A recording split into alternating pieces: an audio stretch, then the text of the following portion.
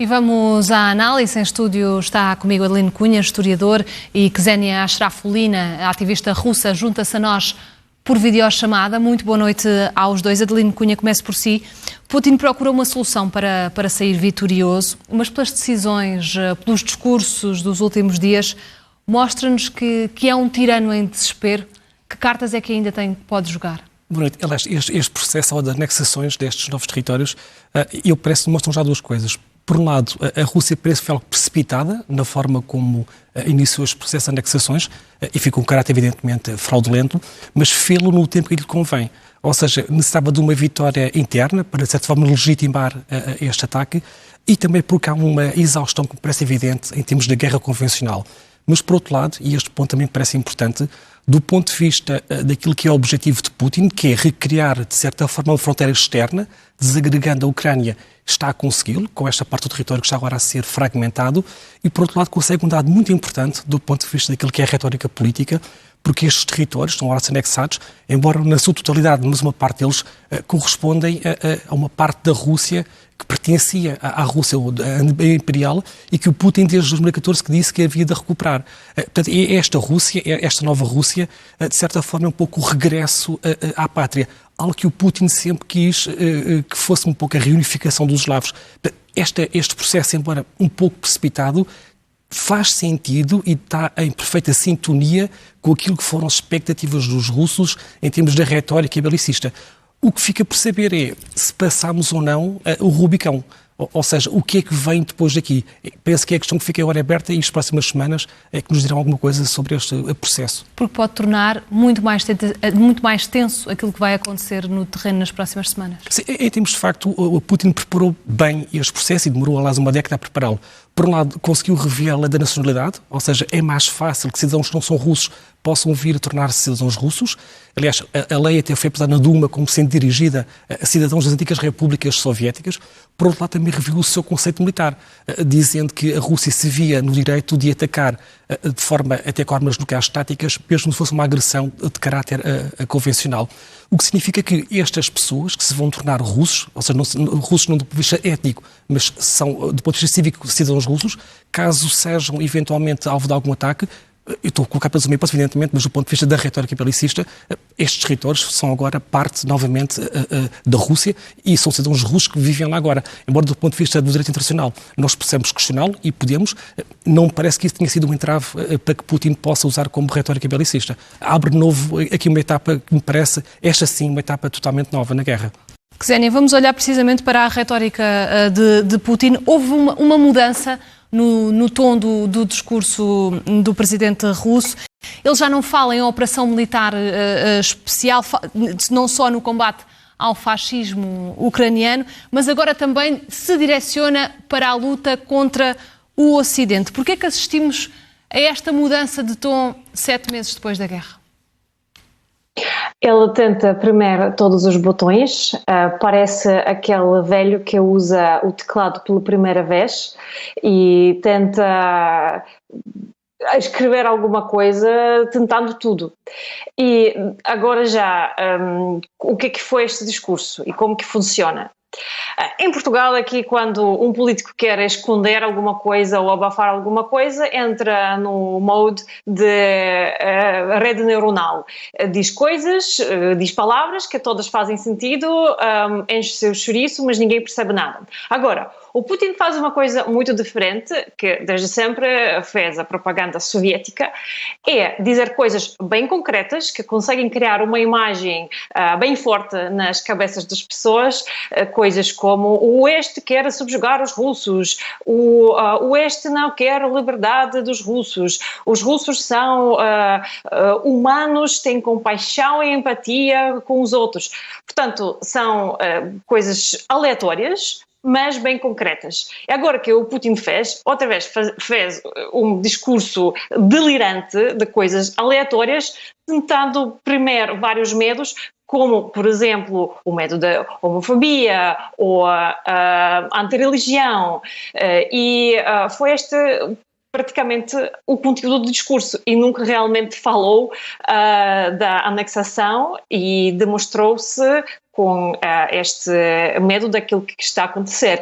E o medo é precisamente a maior arma de Vladimir Putin? É a arma que lhe resta? O medo é aquilo que ele sente e, portanto, também ele usa esta arma para intimidar os outros. E, como descobrimos hoje, depois de entrar, reunificar-se com a Federação Russa, hoje mesmo uma parte deste novo território já saiu da Rússia, que é o caso do Liman, um ponto estratégico. Pegando precisamente nesse ponto estratégico de Liman, é um território que agora faz parte da Rússia. Como é que Vladimir Putin pode responder a esta reconquista por parte dos ucranianos? Sim, só demonstra de facto que este processo foi pouco apressado para mostrar internamente que haveria alguma coisa para conquistar. Parece-me que de facto que o processo está longe de ser consolidado, mas do ponto de vista da perspectiva daquilo que os russos poderão fazer para responder, muda alguma coisa no terreno. Ou seja, a resposta é que possam dar a um eventual ataque que envolve, por exemplo, armamento de um nível diferente dado pela NATO, poderá ser também diferente. Se permite só responder um pouco também a esta questão que colocou, sim, o Putin mobiliza muito o medo, mas talvez outros dois sentimentos que são bastante importantes. O sentimento de humilhação pelo fim do Império Soviético, ou seja, a Rússia deixou de contar em termos internacionais. O caso da Sérvia, que é um aliado tradicional de Moscovo, é disso o exemplo. Portanto, a Sérvia foi alvo de uma intervenção militar da NATO sem que a Rússia tivesse sido parte interventiva decisiva nesse processo. E, por outro lado, também o sentimento de ressentimento. Este ressentimento que está muito patente nas universidades, entre algumas elites pós-soviéticas. E Putin tem usado muito isso, junto à população. Esta perda, eu digo a população para falar genericamente. Isto não é novo, sendo historiador, é a história mais uma vez a repetir-se, não é? Eu não quero que a história se repita. O que me parece é que as circunstâncias permitem que alguns tipos de fenómenos possam gerar dinâmicas idênticas. Mas Putin, ao fazê-lo, está a conseguir tirar alguns dividendos, que é, há um sentido que, se nós quisermos entender, dando contexto histórico, nós conseguimos entender qual é que é o sentido. Entender não significa tomar partido, nem sequer fazer um juízo de valor sobre isso, embora possa fazê-lo e faça condenando. Mas é possível que nós entendamos. E se nós conseguimos formular bem este problema, entendendo parte desta retórica ultranacionalista e um pouco também saudosista, se calhar torna-se mais fácil encontrar um caminho para uma eventual solução. Porque a guerra começou em fevereiro, a invasão, e raras vezes nós ouvimos falar de paz. São passos muito tímidos, quase sempre inconsequentes. E isso é que é difícil. Eu diria que há um pouco aquele imperativo moral de Kant, não é? Que é o imperativo moral de nós construirmos a paz. E, de facto, não há parte alguma que esteja neste momento a fazer um esforço, mesmo que seja aparente, mesmo que seja informal, para construir o processo de paz. E talvez isto seja mais decisivo agora do que nós tentarmos antecipar a fase seguinte da guerra, porque há de haver aqui um momento em que se começar a construir a paz. Parece que esse momento ainda está longe. Ksenia, ajude-nos a perceber o que é que se está a passar relativamente com a mobilização ordenada por Putin. Milhares de pessoas estão a fugir como podem, são milhares a abandonar o país. Pergunto-lhe se tem conseguido falar com familiares, com amigos, o que é que está a acontecer? Primeiro, um detalhe esclarecedor. Os recém-mobilizados usam pensos higiênicos nos sapatos e tampões para curar as feridas. E este é o material que eles próprios têm que levar para a guerra. E a única coisa que o exército do Putin sabe fazer é terrorizar os civis, aquilo que está a fazer desde o primeiro dia. Portanto, reina ali o caos. E, obviamente, estas informações chegam muito rapidamente até toda a população, através do Telegram, através das messengers, porque é uma coisa que agora toca a cada um. E as pessoas, sim, aqueles que podem, estão a tentar fugir. Eu própria recebi várias chamadas das amigas da minha mãe e das pessoas que eu conheço lá, a perguntar para onde que vão. Já existem todas estas informações, há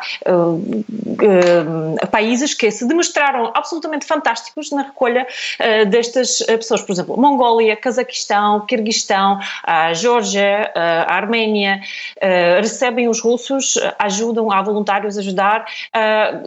Por acaso, uma coisa diferente daquilo que está a acontecer, por exemplo, na Finlândia, que fechou a fronteira, nos países bálticos, que não querem aceitar os russos que estão, os homens russos, a maioria são homens que estão a fugir agora.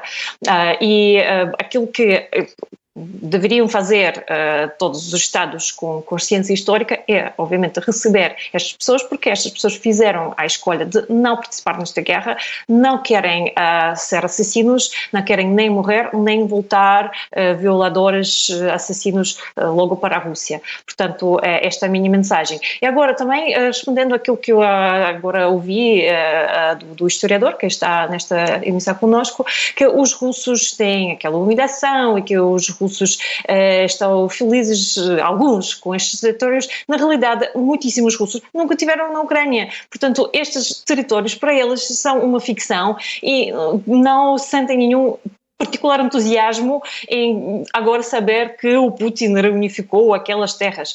Portanto, a realidade lá na Rússia é agora salvar a própria vida, não ir para a guerra, jogar a apanhada com os centros de mobilização, que fazem coisas completamente ridículas, tentando mesmo, às vezes, através das janelas, entrar nos prédios e apanhar estes homens. Portanto, este é o caos que realmente agora está a acontecer na Rússia. Mas tem crescido, de facto, esse sentimento de contestação.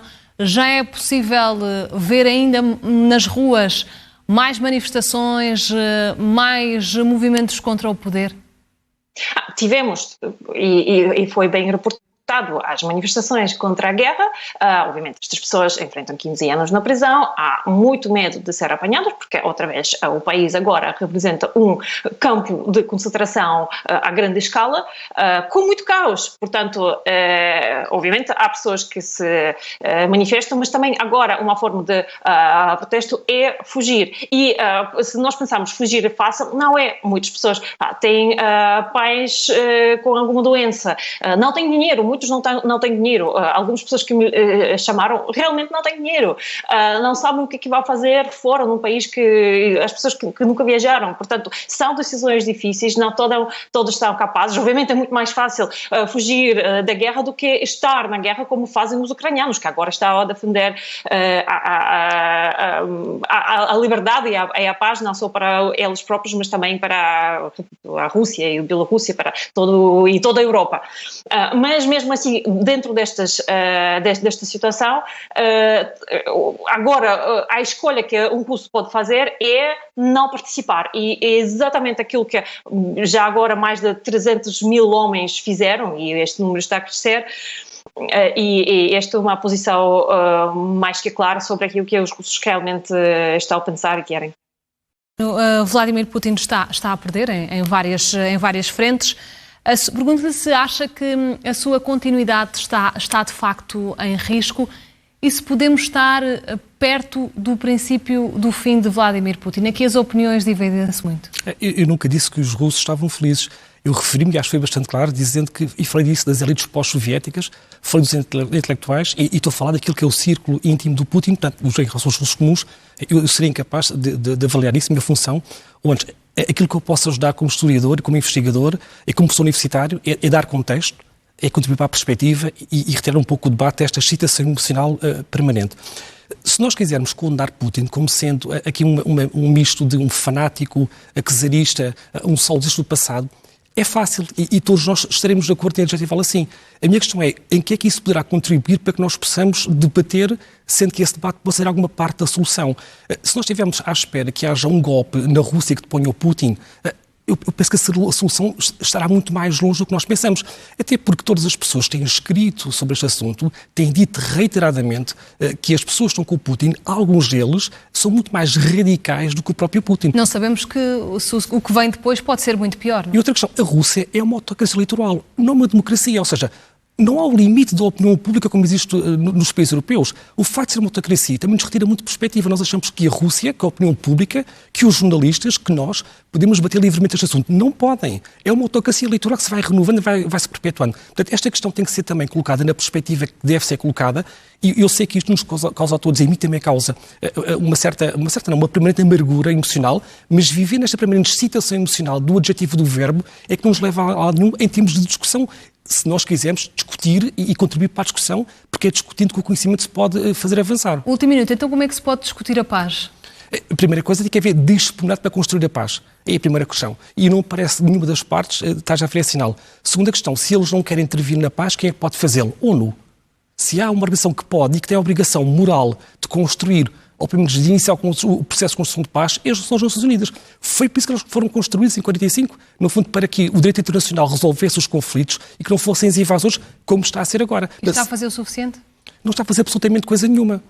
Aliás, eu lamento dizer isto, mas o secretário-geral da ONU esteve, por exemplo, na Rússia, depois da invasão da Crimeia, esteve com o Putin, teve com os negócios estrangeiros, esteve, aliás, em Moscou, onde elogiou o papel dos russos e também dos ucranianos, já agora, dos povos eslavos, na luta contra a invasão nazi. Aliás, aquilo que é a guerra patriótica dos russos foi elogiado por António Guterres.